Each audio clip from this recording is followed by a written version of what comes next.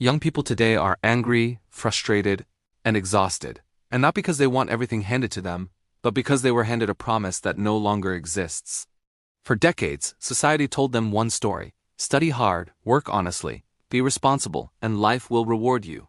But the reality they've inherited tells a different story entirely. And that growing gap between promise and reality has created a generation that feels deeply betrayed. To understand why, we have to look at who the system was designed to favor and why the rules no longer work for those coming after. Let's start with the most obvious evidence: housing. For baby boomers, owning a home in their 20s or early 30s was normal. Houses cost 3 to 4 times the average income, sometimes less. A single income could support a mortgage. Even university students could imagine affording a small starter home a few years after graduation. For young people today, forget it. Housing is now 12 to 18 times the average income in many cities. Rent consumes half of a young worker's paycheck. Saving for a down payment is like climbing a financial Mount Everest with a bag of stones tied to your feet. Boomers didn't just benefit from affordable housing, they rode a historic wave of price inflation that made their homes worth multiple times what they paid. And because many boomers supported restrictive zoning, anti-development politics, and policies that protected their property values at all costs, younger generations inherited a market designed to exclude them. It's not hatred, it's structure. A system rewards those who got in early and shuts out those who came later. Now let's talk about debt. Boomers entered adulthood when universities were cheap or free, when credit card debt was rare, and when wages were rising faster than inflation. Today's young people enter adulthood carrying student loans that sometimes take decades to repay. They use credit cards not for luxuries, but for groceries, rent gaps, car repairs, and medical bills. The financial path boomers walked no longer exists. The bridge is broken, but young people are still told to keep walking. Then there's wages. Productivity has skyrocketed. Living costs have skyrocketed, but wages? They've barely moved in real terms for decades. A young worker can do everything right: the degree, the job, the side hustle, and still feel like they're drowning. Meanwhile, older generations often say, just work harder, not realizing younger generations are working harder than anyone before them for less reward. The job market itself has completely transformed. Boomers grew up in a world of stable careers, pensions, job security, and long-term upward mobility.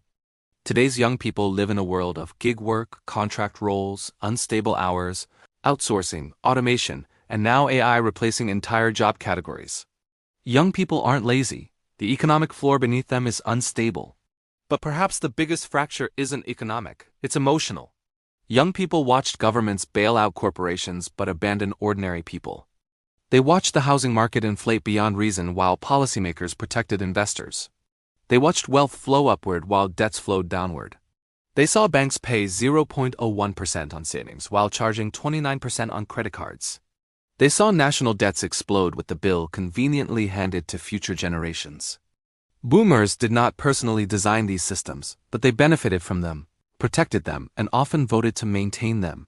Young people aren't angry at individuals. They're angry at the structure. Because the structure favors those who already own assets, homes, land, stocks, and disadvantages those who are just starting out. The wealth gap didn't appear out of nowhere. It grew during the decades when boomers held the most political and economic power. And yet, here's the real tragedy: young people don't want to hate boomers. They want fairness, opportunity, and a future they can believe in. They want a system that rewards effort, not timing. They want a society where stability is possible without winning the birth year lottery. The crisis today isn't generational war, it's generational mismatch, different rules, different realities, different opportunities. Young people feel betrayed because they kept their end of the deal, and the system changed the terms without warning.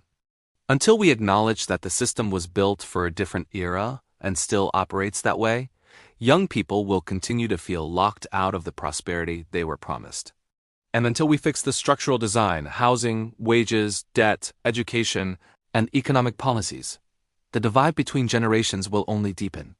Young people aren't asking for special treatment. They're asking for the same chance boomers had: a fair shot at stability, a fair shot at owning a home, a fair shot at a life that grows, not shrinks. They aren't losing hope because they are weak. They are losing hope because the system they were told to trust stopped believing in them first.